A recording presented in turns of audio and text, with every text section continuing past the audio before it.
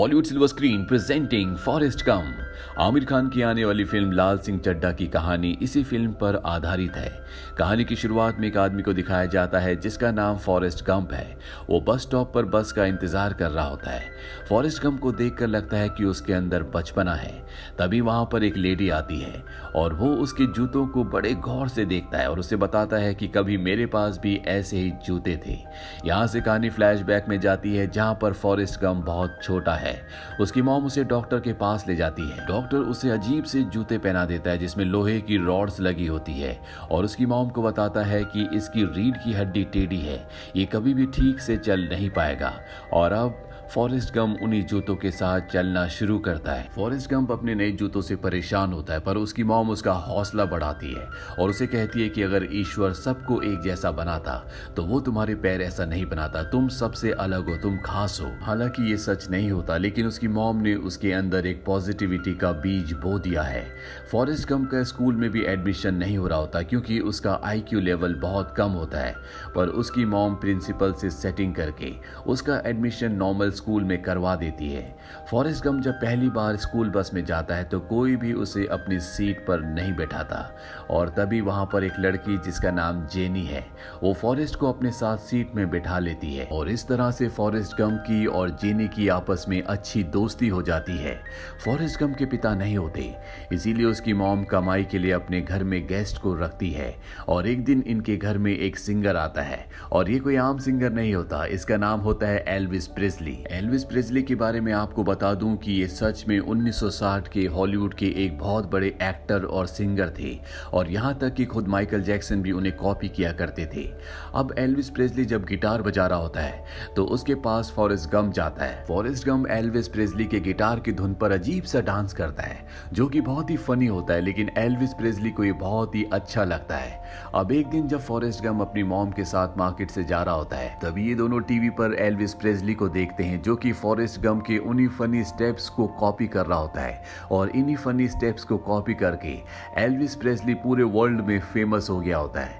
ये बात ना फॉरेस्ट गंप को समझ में आती है ना ही उसकी मॉम को। वहीं अब जेनी और फॉरेस्ट गंप बहुत अच्छे दोस्त हैं और एक दिन जब ये दोनों वॉक कर रहे होते हैं तभी इनकी क्लास के 3 बच्चे आते हैं जो फॉरेस्ट गंप को पत्थर मारते हैं और उसे कहते हैं कि तुम एक बेवकूफ हो। पत्थर लगने से फॉरेस्ट गंप गिर जाता है। जेनी उसे उठाती है और कहती है कि भागो।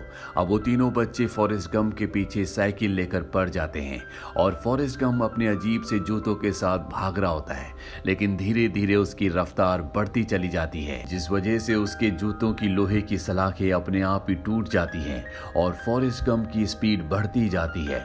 वो इतनी तेज भागता है कि वो बच्चे साइकिल से भी उसे पकड़ नहीं पाते और इस तरह से फॉरेस्ट गंप को पहली बार पता चलता है कि वो बिजली की रफ्तार से भाग सकता है। जेनी अक्सर रात को फॉरेस्ट गंप के साथ सोने के लिए आ जाती है। वो फॉरेस्ट गंप को झूठ कहती है कि उसके घर में कुत्ता है जिससे उसे डर लगता है। वहीं फॉरेस्ट गंप और जेनी अब दोनों बड़े हो चुके हैं और आज भी वो बच्चे जो बचपन में उसे परेशान किया करते थे वो आज भी उसे परेशान करते हैं। उन्हें देखकर फॉरेस्ट गंप भागना शुरू कर देता है। हालांकि वो उसे चेज करने की पकड़ने की कोशिश करते हैं, लेकिन फॉरेस्ट गंप की स्पीड के आगे कोई टिक नहीं सकता। वो बिजली की रफ्तार से उनसे बचने के लिए भागता है और भागते भागते वो एक फुटबॉल ग्राउंड में आ जाता है। दरअसल ये अमेरिकन फुटबॉल है जो रग्बी की तरह लगती है और यहाँ पर जो प्लेयर है फुटबॉल लेकर गोल की तरफ भाग रहा होता है, लेकिन फॉरेस्ट गंप इतनी तेज भागता है कि वो उसे भी पीछे छोड़ देता है। यहाँ का जो कोच होता है वो पूछता है कि ये कौन है। तभी कोच को बताया जाता है कि ये यहाँ का एक लोकल इडियट है, इसका नाम फॉरेस्ट गंप है। कोच को उसकी रफ्तार अच्छी लगती है इसीलिए फॉरेस्ट गंप को फुटबॉल टीम में शामिल कर लिया जाता है, लेकिन इसके लिए फॉरेस्ट गंप को कॉलेज में एडमिशन देना पड़ता है। हालांकि वो स्कूल में सालों से पास नहीं हुआ, वो हर साल फेल हो जाता है, लेकिन अब फॉरेस्ट गंप कॉलेज की फुटबॉल टीम में है। उसे बस ये पता है कि उसे भागना है, उसे गेम के बारे में ज्यादा कुछ नहीं पता। जब भी उसके हाथ में बॉल आती है वो सिर्फ भागना शुरू करता है। उसे ये भी नहीं पता होता कि कब रुकना है, इसीलिए कभी कभी वो बॉल लेके सीधा अपने घर भाग जाता है। लेकिन कोचिस और बाकी स्टाफ बहुत ज्यादा खुश होते हैं क्योंकि उसी की वजह से वो बहुत सारे मैच जीत रहे होते हैं। फॉरेस्ट गंप बहुत ज्यादा फेमस हो जाता है, पूरी अमेरिका में उसका नाम हो जाता है और उसे ऑल अमेरिकन फुटबॉल टीम में भी शामिल कर लिया जाता है जो कि एक बहुत बड़ी अचीवमेंट है। और फॉरेस्ट गंप अगले 5 सालों तक कॉलेज के ग्राउंड में इसी तरह से फुटबॉल लेकर भागता रहता है। उसे सिर्फ इतना पता था कि उसे फुटबॉल लेकर भागना है। 5 सालों के बाद वो कॉलेज से ग्रेजुएट हो जाता है, उसे डिग्री मिल रही होती है। फॉरेस्ट गंप कहता है कि मैं तो सिर्फ भाग रहा था और भागने के बदले मुझे डिग्री मिल गई। बहुत अजीब है। जब वो अपनी मॉम के साथ होता है तभी वहां पर आर्मी का एक ऑफिसर आता है जो उसे एक ब्रोशर देता है और कहता है, क्या तुमने अपने फ्यूचर के बारे में कुछ सोचा है? ये ब्रोशर आर्मी में भर्ती होने का होता है और अब फॉरेस्ट गंप आर्मी में भर्ती हो जाता है। वो एक सोल्जर है। अब वो आर्मी की ट्रेनिंग के लिए बस में जाता है जहां पर और भी ट्रेनिंग के लिए जा रहे होते हैं। वो बस ड्राइवर से कहता है कि मेरा नाम फॉरेस्ट गंप है। ड्राइवर कहता है किसी को कोई फर्क नहीं पड़ता कि तुम कौन हो, गंदी नाली के कीड़े पीछे जाकर बस में बैठ जाओ। फॉरेस्ट गंप बहुत मासूम होता है, उसका दिमाग बच्चों की तरह होता है। वो पीछे बस में बैठने के लिए चला जाता है लेकिन कोई भी उसे अपने साथ नहीं बैठा रहा होता और तभी एक गोल सा मोटा सा आदमी कहता है कि तुम यहाँ पर बैठ सकते हो।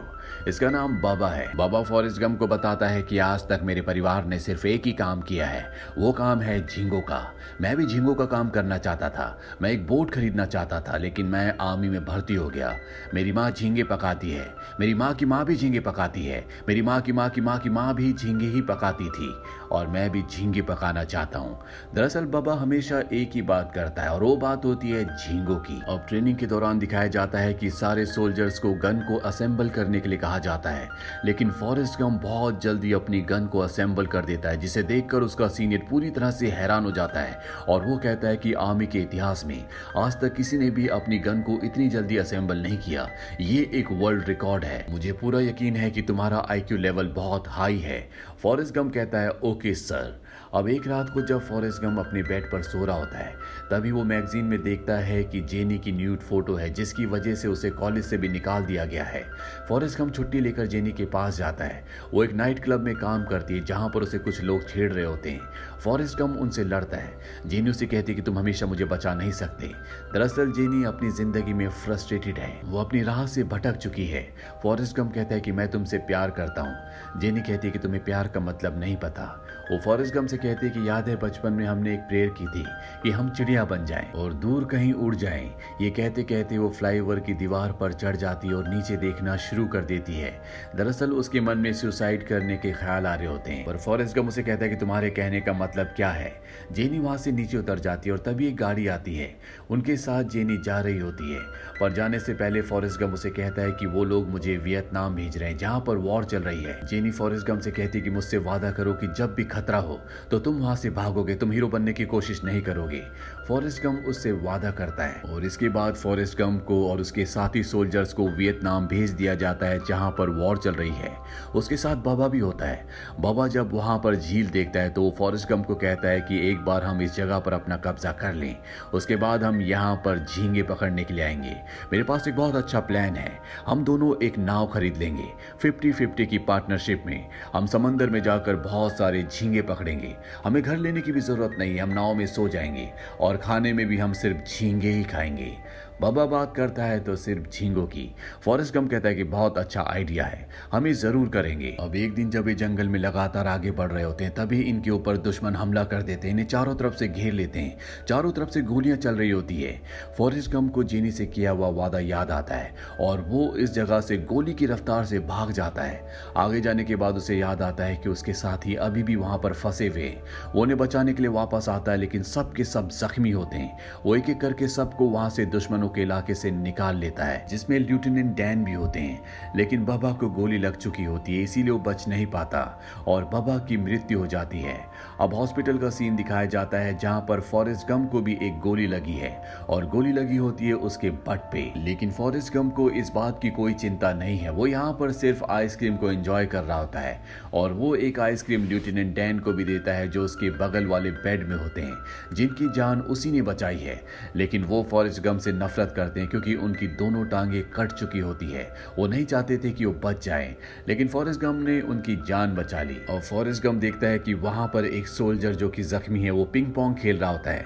फॉरेस्ट गंप वहां पर जाता है वो सोल्जर उसे बताता है कि ये गेम खेलना बहुत आसान है, बस बॉल से तुम्हारी नजर नहीं हटनी चाहिए।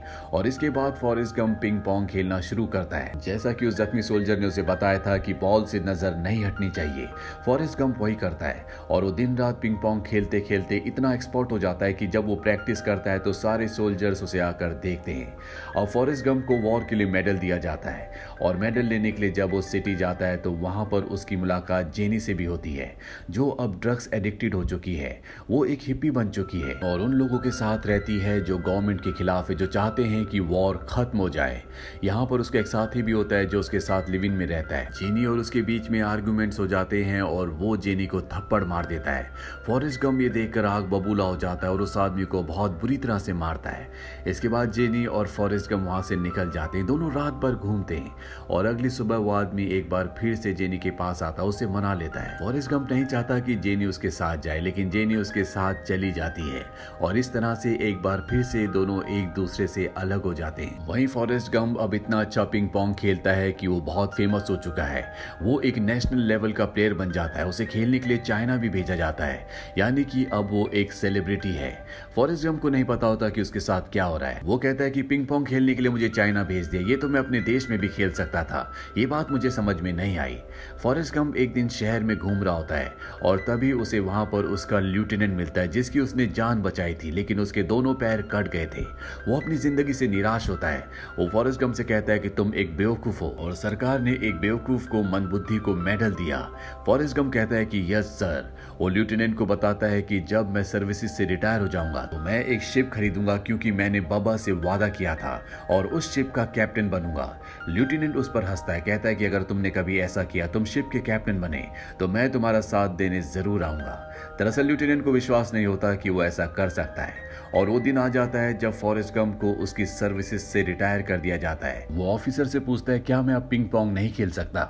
ऑफिसर कहता है कि सेना में तो नहीं। और इसके बाद फॉरेस्ट गंप सीधा बाबा के घर जाता है और उसकी मॉम को बताता है कि मैंने बाबा से वादा किया था कि मैं उसके साथ मिलकर पार्टनरशिप में एक बहुत बड़ी नाव खरीदूंगा और हम दोनों मिलकर झींगे पकड़ेंगे, इसीलिए मैं यहाँ पर आया हूँ। बाबा की मॉम कहती है क्या तुम पागल हो। फॉरेस्ट गंप को सेना से $25,000 मिले होते हैं, जिन पैसों से वो एक बहुत बड़ी नाव खरीद लेता है, लेकिन कई दिनों तक मेहनत करने के बाद भी उसे एक भी झींगा नहीं मिलता। एक दिन उसे 2-3 झींगे मिलते हैं, तभी एक आदमी उसे कहता है कि तुमने अपनी नाव का कुछ भी नाम नहीं रखा, इसीलिए मनुष्य छाई हुई है। और अब फॉरेस्ट गंप अपनी नाव का नाम रखता है जेनी, क्योंकि वो जेनी से इस दुनिया में सबसे ज्यादा प्यार करता है। एक दिन वो देखता है कि समंदर के किनारे लेफ्टिनेंट डैन बैठे हुए हैं, जिन्होंने उससे वादा किया था कि अगर तुम कैप्टन बन गए तो मैं तुम्हारा साथ देने के लिए आऊंगा। फॉरेस्ट गंप अपनी चलती हुई नाव को छोड़कर उनके पास पहुंच जाता है। लेफ्टिनेंट डैन कहते हैं कि मैं अपना वादा पूरा करने के लिए आ गया, लेकिन तुम ये मत सोचना कि मैं तुम्हें सर कहूंगा। फॉरेस्ट गंप कहता है कि यस सर, और तभी उसकी नाव जिसे वो चलता हुआ छोड़कर आ गया था वो किनारे से टकरा जाती है। अभी दोनों मिलकर झींगे पकड़ने की बहुत कोशिश करते हैं। लेफ्टिनेंट डैन कहते हैं कि मैं बताऊंगा कि झींगे कैसे पकड़े जाते हैं। बहुत कोशिश करने के बाद भी इन्हें एक भी झींगा नहीं मिलता। इनके जाल में फंसता है तो सिर्फ कचरा, लेकिन ये दोनों हार नहीं मानते और एक रात को दोनों के दोनों समंदर में मछली पकड़ने के लिए निकल पड़ते हैं। और उस रात को समंदर में एक बहुत बड़ा तूफान आता है। अगली सुबह जब इस समंदर के किनारे आते हैं तो देखते हैं कि वहां की सारी नाव बर्बाद हो चुकी है और अब इस किनारे पर सिर्फ एक ही नाव है और वो नाव है फॉरेस्ट गंप की। अब क्योंकि झींगे पकड़ने के लिए कोई भी नाव नहीं होती, इसीलिए सारे झींगे इन्हीं को मिलते हैं और ये इतने झींगे पकड़ते हैं कि ये बहुत अमीर हो जाते हैं। इनके पास अब बहुत सारी बड़ी बड़ी नाव है। इन्होंने झींगों की अपनी एक कंपनी खोल ली है जिसका नाम है बबा गम, जो पूरे अमेरिका में फेमस हो चुकी है। एक रात को जब ये अपनी नाव में होते हैं तभी फॉरेस्ट गंप को पता चलता है कि उसकी मॉम बीमार है। ये सुनते ही फॉरेस्ट गंप चलती हुई नाव से पानी में कूद जाता है और सीधा भागते हुए अपने घर अपनी मॉम के पास पहुंच जाता है। पर कुछ ही दिनों बाद उसकी मॉम की मृत्यु हो जाती है। फॉरेस्ट गंप अब फैसला करता है कि वो वापस लेफ्टिनेंट डैन के पास नहीं जाएगा, बल्कि यहीं पर रहेगा। वो यहीं पर घास काटने की नौकरी कर लेता है और एक दिन उसे लेफ्टिनेंट डैन का एक लेटर मिलता है जिसमें उसने लिखा होता है कि मैंने तुम्हारा सारा पैसा एक कंपनी में इन्वेस्ट कर दिया है, अब तुम्हें कभी पैसों की कोई भी कमी नहीं होगी। उस लेटर के ऊपर एप्पल का एक निशान होता है। फॉरेस्ट गंप को लगता है कि लेफ्टिनेंट डैन ने सारा पैसा किसी फल की कंपनी में लगा दिया है, जबकि लेफ्टिनेंट डैन ने सारा पैसा एप्पल कंपनी में इन्वेस्ट किया होता है जो कि आईफोन बनाती है। लेकिन फॉरेस्ट गंप को इस बात की परवाह नहीं है। लेकिन ये दोनों अब मिलेनियर बन चुके हैं। फॉरेस्ट गंप के पास जो पैसा आता है वो उन पैसों का एक ढेर चर्च को दे देता है, एक ढेर दे देता है वो हॉस्पिटल को, और एक ढेर देता है वो बबा की मॉम को। बबा की मॉम जो दूसरों के घरों में खाना बनाया करती थी, अब उसकी खुद की एक कुक है। लेकिन फॉरेस्ट गंप अपनी जिंदगी में बहुत उदास होता है। वो जेनी को बहुत याद करता है और एक दिन जेनी वापस आ जाती है। उसे नहीं पता कि जेनी वापस क्यों आई है और ना ही उसे ये जानना है। दरअसल जेनी की पूरी जिंदगी दुख में गुजरी होती है। उसकी मॉम नहीं थी और उसके पिता उसे बहुत परेशान किया करते थे। जवानी में वो प्रोस्टिट्यूशन में, ड्रग्स में पड़ गई और अब वो वापस फॉरेस्ट गंप के पास आ चुकी है। ये दोनों दिन भर घूमते रहते हैं। फॉरेस्ट गंप बस उससे बातें करता रहता है और जेनी उसकी बातें सुनती रहती है। एक रात को जेनी से कहता है कि मैं तुमसे बहुत प्यार करता हूँ, मैं तुमसे शादी करना चाहता हूँ। जेनी कहती है कि मैं नहीं चाहती कि तुम मुझसे शादी करो। और इसके बाद जेनी और ये एक दूसरे के बहुत क्लोज हो जाते हैं। इन दोनों के बीच में इंटरकोर्स भी होता है। और अगली सुबह जब फॉरेस्ट गंप उठता है तो वो देखता है कि जेनी वहां पर नहीं है। वो एक बार फिर से जा चुकी है। इस बात से उसे बहुत दुख होता है और उसे मन करता है कि वो भागे। वो भागना शुरू करता है। वो लगातार कई दिन, कई महीने और सालों तक भागता रहता है। सब उससे पूछते कि तुम भाग क्यों रहे हो। दरअसल भागने की वजह से वो बहुत फेमस हो गया होता है। लेकिन फॉरेस्ट गंप किसी वजह से नहीं भाग रहा होता। वो सिर्फ इसलिए भाग रहा होता है क्योंकि उसका मन कर रहा होता है। उसके पीछे और भी बहुत सारे लोग भाग रहे होते हैं। सबको लगता है उसके भागने का कोई मकसद है। और फॉरेस्ट गंप को भागते भागते 3 साल, 2 महीने, 14 दिन और 16 घंटे हो चुके हैं। और एक दिन वो अचानक से रुक जाता है। सब उसे सुनने के लिए बेताब होते हैं कि वो कुछ कहेगा। लेकिन फॉरेस्ट गंप सिर्फ इतना ही कहता है कि मैं बहुत थक गया हूँ और अब मैं घर वापस जाना चाहता हूँ। इसके बाद वो घर वापस आ जाता है और घर आने के बाद उसे जेनी का लेटर मिलता है जिसमें जेनी का एड्रेस होता है और जेनी ने उसे अपने पास बुलाया होता है। कहानी वापस प्रेजेंट पे आती है जहां पर फॉरेस्ट गंप बस स्टॉप पर बैठा है और अपनी कहानी सबको सुना रहा है। वो उस एड्रेस को वहां पर बैठी हुई एक लेडी को दिखाता है। वो लेडी बताती है कि इस एड्रेस पर जाने के लिए तुम्हें बस पकड़ने की जरूरत नहीं है, ये पास ही में है। फॉरेस्ट गंप भागकर उस जगह पर पहुंच जाता है जहां पर उसे जेनी मिलती है। जेनी उसे अपने बेटे से भी मिलवाती है और बताती है कि इसका नाम गंप है और ये तुम्हारा बेटा है। ये फॉरेस्ट गंप का ही बेटा होता है। फॉरेस्ट गंप अपने बेटे को देखकर बहुत खुश होता है। जेनी उसे बताती है कि मैं बीमार हूँ, मेरी बॉडी में किसी तरह का वायरस है। फॉरेस्ट गंप कहता है कि तुम मेरे साथ मेरे घर चलो और अगर तुम्हारी तबीयत खराब हुई तो मैं तुम्हारी सेवा करूंगा। जेनी कहती है क्या तुम मुझसे शादी करोगे? और फॉरेस्ट गंप हाँ कह देता है। इसके बाद इन दोनों की शादी हो जाती है। इनकी शादी में लेफ्टिनेंट डैन भी आते हैं। वो भी अब शादी कर चुके हैं। साथ ही उन्होंने अपने नकली पैर भी लगवा लिए हैं क्योंकि अब वो भी बहुत अमीर है। शादी के कुछ वक्त बाद ही जेनी की मृत्यु हो जाती है। लेकिन फॉरेस्ट गंप के पास अब उसका बेटा नन्हा फॉरेस्ट है। फॉरेस्ट गंप की पूरी जिंदगी अपने बेटे के चारों तरफ घूमती है। वो उसे कहानी सुनाता है, उसे पिंग पोंग खेलना सिखाता है। लेकिन वो जेनी को भी बहुत याद करता है। अंत में दिखाया जाता है कि फॉरेस्ट गंप ठीक उसी तरह से जैसे खुद बचपन में स्कूल बस में स्कूल जाया करता था, अब उसका बेटा भी स्कूल बस से ठीक उसी तरह से स्कूल जा रहा है। फॉरेस्ट गंप का बेटा नन्हा फॉरेस्ट बहुत ज्यादा इंटेलिजेंट होता है। फॉरेस्ट गंप हालांकि दुनिया की नजर में एक बेवकूफ था, लेकिन बचपन में उसके डांस स्टेप्स कॉपी करके एल्विस प्रेस्ली फेमस हो गए। इसके बाद वो स्कूल में बहुत बड़ा फुटबॉल प्लेयर बना। इसके बाद उसने फौज में सबसे तेज गन को असेंबल करने का रिकॉर्ड बनाया। उसे सेना से बहादुरी का मेडल मिला। साथ ही वो पिंग पोंग का बहुत बड़ा इंटरनेशनल प्लेयर बना। फौज से रिटायर होने के बाद वो झींगों के काम में बहुत कामयाब हुआ। उसने बहुत पैसे कमाए, एप्पल कंपनी में पैसे लगाए और बाद में जब उसने रनिंग की तो वो भी पूरे दिल से की क्योंकि उसका मन कर रहा था और उसमें भी उसने अपना नाम पूरी दुनिया में किया। जिस वजह से फॉरेस्ट गंप, जिसका आईक्यू लेवल इतना कम था कि उसे स्कूल में एडमिशन नहीं मिल रहा था, वो दुनिया में फेमस हो गया। ऐसा क्यों हुआ? क्योंकि फॉरेस्ट गंप ने जो भी काम किए पूरे दिल से, पूरे मन से, पूरा फोकस्ड होकर किए। और अगर कोई भी इंसान इस तरह से किसी भी काम को करता है तो वो कामयाब जरूर होता है। ये कहानी हमें सिखाती है कि हमें जिंदगी में पूरा फोकस्ड होकर काम करना चाहिए। ये फिल्म सन 1994 में रिलीज हुई थी। IMDb पर इसकी रेटिंग है 8.8। उम्मीद करते हैं कि ये कहानी आपको पसंद आई होगी।